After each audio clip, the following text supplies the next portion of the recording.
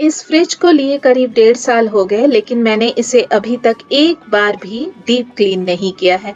शायद आपको यकीन ना हो, क्योंकि इसकी कभी जरूरत ही नहीं पड़ी। बस थोड़ी बहुत झाड़ पोंछ करती रही हूँ और ये काफी हद तक साफ ही दिख रहा है। कैसे, आइए जानते हैं। नमस्कार, वेलकम टू द चैनल। कैसे हैं आप सब? उम्मीद करती हूँ आप सभी लोग अच्छे से होंगे। अच्छे से होने का मतलब ये नहीं कि आपकी लाइफ बिल्कुल सॉर्टेड होगी या परफेक्ट होगी। आजकल किसी की भी जिंदगी बिल्कुल परफेक्ट तो हो नहीं सकती है, लेकिन हर दिन को एक चैलेंज की तरह लेना चाहिए। Count your blessings. अड़चने तो बहुत सारी आएंगी, लेकिन कोशिश करना नहीं छोड़ना है, क्योंकि जिस दिशा में आप जा रहे हैं वो हो सकता है कि आपको मंजिल पे ना पहुंचाए, या फिर अगर पहुंचाए भी तो उस राह पे बहुत सारे कांटे होंगे। तो उन कांटों को चुन चुन के, उन कांटों से लड़ के आगे बढ़ना है। और अगर आपको मंजिल ना भी मिले तो भी अनुभव तो जरूर मिलेगा।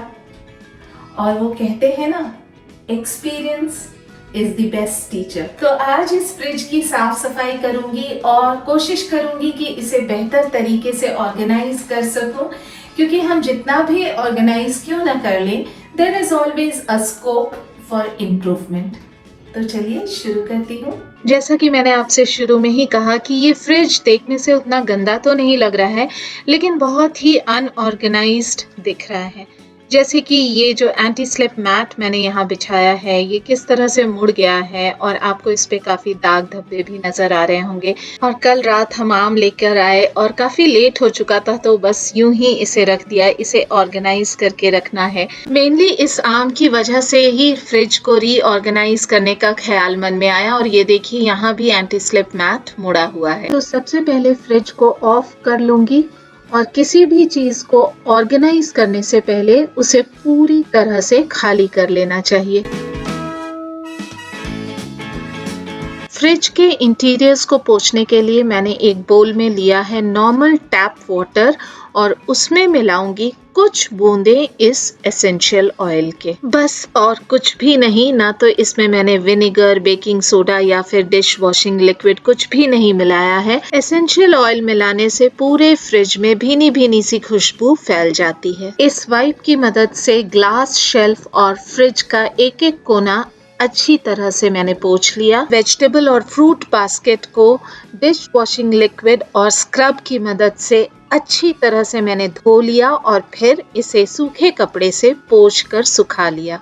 फ्रिज का इंटीरियर साफ हो गया। पहले मैं इस ग्लास शेल्फ पे एंटी स्लिप मैट बिछाया करती थी।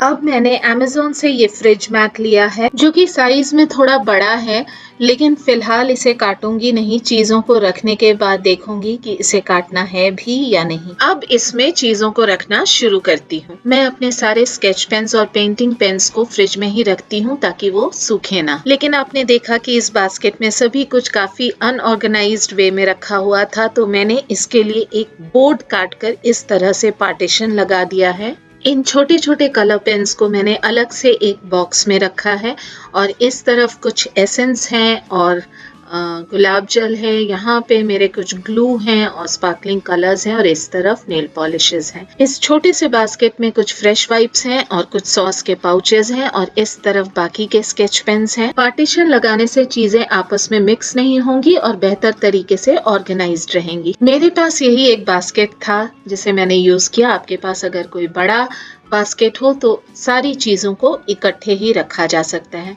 और इस तरफ के बास्केट में मैंने लाइनर लगा के पुदीना रखा और इस तरफ ब्रेड और बटर है। सब्जियों को मैं इस तरह के कैरी बैग में ही रखना पसंद करती हूँ, लेकिन ये कोई नॉर्मल पॉलिथीन बैग नहीं है।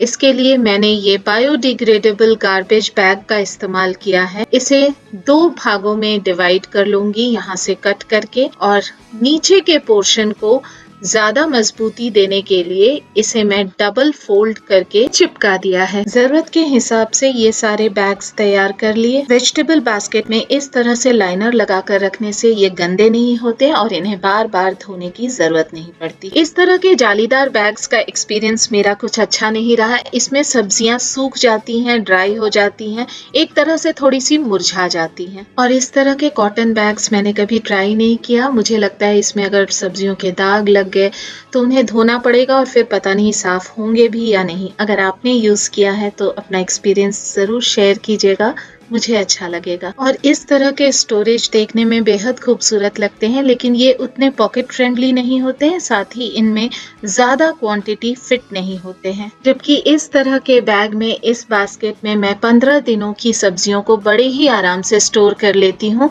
अभी तो ये सब्जियां खत्म होने को आई हैं, तो ये ज्यादा जगह भी नहीं लेती हैं और सब्जियां बिल्कुल फ्रेश रहती हैं 15 दिनों तक।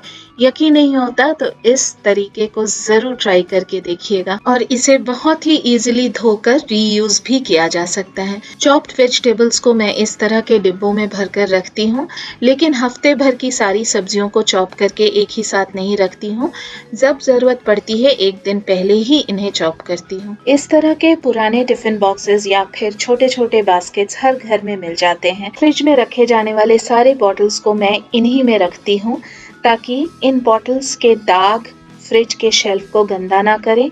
और अगर कभी स्पिलेज होता भी है तो वो इसी में गिरते हैं और इसको साफ करना आसान होता है बनिस्बत की फ्रिज के पूरे शेल्फ को।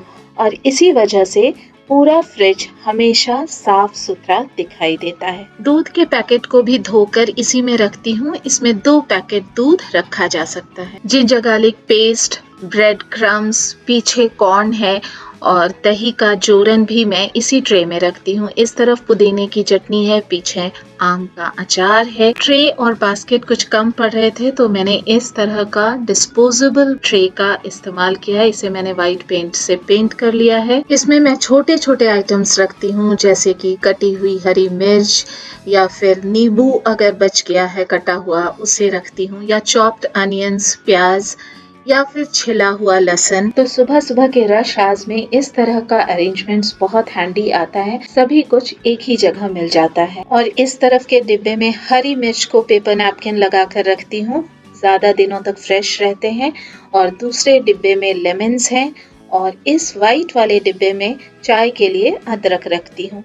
पूरा स्टॉक नीचे बास्केट में रखती हूँ। फ्रिज के लिए मैं ज्यादातर ट्रांसपेरेंट बॉक्सेस या फिर ग्लास के बोल्स प्रेफर करती हूँ, ताकि बाहर से दिख जाए कि उनमें क्या है। और दूसरा, अगर इन्हें गर्म करना हुआ तो डायरेक्ट माइक्रोवेव में डालकर गर्म किया जा सकता है। स्टील के बर्तन मैं अवॉइड करती हूँ। सिर्फ ये दूध के पतीले के सिवाय मैं और कोई भी स्टील का बर्तन फ्रिज में नहीं रखती हूँ, उससे स्क्रैच आने के चांसेस रहते हैं। दूध को मैं ग्लास जार या बॉटल में नहीं रखती हूँ, क्योंकि उनमें से जमी हुई मलाई को निकालना पॉसिबल नहीं होता है। फ्रूट्स को इस तरह से ट्रे में रखने से मैट गंदा नहीं होता है और फ्रिज ऑर्गेनाइज्ड दिखता है। कुछ रेडी टू ईट फ्रूट्स जैसे कि ग्रेप्स को मैं छील कर धोकर इस बॉक्स में रखती हूँ। बड़े बड़े कटे हुए फ्रूट्स में सेलोफेन रैप लगाना कभी नहीं भूलती हूँ, ताकि उनके जूसेस या फिर पपाया के बीज बास्केट को गंदा ना करें। चलिए अब डोर अरेंजमेंट देखते हैं। तो सबसे ऊपर वाले शेल्फ में मैं यहाँ पर ये फ्रूट रैप रखती हूँ। फ्रिज में रखने से ये चिपकते नहीं है और इजीली यूज किए जा सकते हैं। इसका शॉर्ट वीडियो मेरे चैनल पे अपलोडेड है, you may check it out. Cheese cubes का ये डब्बा बहुत ज्यादा जगह लेगा, तो उसे मैं इस छोटे से डब्बे में रखती हूँ। कुछ लेफ्ट ओवर कटे हुए चीज क्यूब्स को मैंने इस छोटे डिब्बे में रखा और चीज स्लाइसेस पीछे, तो सारा कुछ एक ही बास्केट में है। तो इन छोटे छोटे आइडियाज को अपनाकर आप अपने फ्रिज में काफी जगह क्रिएट कर सकती हैं और साथ ही आपका फ्रिज हमेशा साफ और ऑर्गेनाइज्ड दिखेगा। दूसरी तरफ देख लेते हैं। यहाँ ज्यादा कुछ साफ सफाई की जरूरत नहीं है, क्योंकि ये ज्यादा यूज नहीं होता। इस डिब्बे में मैं मलाई रखती हूँ घी बनाने के लिए। उसके बगल वाले इस डिब्बे में मैं ड्राई फ्रूट्स रखती हूँ। नीचे आइसक्रीम और चॉकलेट्स रखे हुए हैं और उससे नीचे मैं एज अ पैंट्री यूज करती हूँ सूजी, बेसन, मैदा, काबली चना, राजमा, चना इत्यादि रखने के लिए। ये बास्केट खाली है और उसके नीचे जो एक्स्ट्रा स्टॉक है उसको मैं रखती हूँ। डोर में मैं ग्लासेस को चिल्ड करके रखती हूँ ड्रिंक सर्व करने के लिए, और इस तरफ भी जो चीज़ें हैं उनको मैं अलग से एक नीचे कंटेनर कहिए या ट्रे कह लीजिए उसमें रखती हूँ ताकि शेल्फ गंदा ना हो। तो this is how I have organised my fridge. और फ्रिज के एक्सटीरियर को भी साफ करने का मेरा तरीका बिल्कुल सिंपल है। स्पंज में इस तरह से एक ड्रॉप फिश वॉशिंग लिक्विड डालकर फ्रिज को इस तरह से साफ करूंगी और फिर वाइप को 2-3 बार पानी से धोते हुए इस फ्रिज को पोंछूंगी ताकि सारा सोप वाटर निकल जाए। एक्स्ट्रा चमक के लिए अगर आप वाइप में किसी प्रकार का तेल मिलाकर पोंछती हैं तो चमक का तो नहीं कह सकती, लेकिन डस्ट बहुत अट्रैक्ट करेगा। तो बेहतर होगा कि आप सिंपल तरीका अपनाएं और फिर इसे सूखे कपड़े से अच्छे से पोंछ दें ताकि मॉइस्चर बिल्कुल भी ना रहे। आपके फ्रिज की चमक सालों साल बरकरार रहेगी। Never rely on other people's appreciation to value your effort. If you have tried your best, you need to appreciate yourself. खुद को शाबाशी दीजिए और पूरी तन्मयता और लगन के साथ अपना काम करते जाइए। Having said that, एप्रिसिएशन और हौसला अफजाई किसे नहीं पसंद। आपके सुंदर सुंदर कमेंट्स और हौसला अफजाई के लिए तहे दिल से शुक्रिया। A big thank you for all your lovely comments. ये कमेंट्स मेरे सेल्फ कॉन्फिडेंस को बहुत ज्यादा बूस्ट करते हैं। तो अगर वीडियो पसंद आता है तो इसे एक लाइक जरूर दे दीजिएगा और चैनल को सब्सक्राइब कर लीजिएगा। मैं अपना प्रयास निरंतर जारी रखूंगी और इसी के साथ मिलती हूँ अगले हफ्ते एक नए कंटेंट के साथ। तब तक के लिए बाय बाय।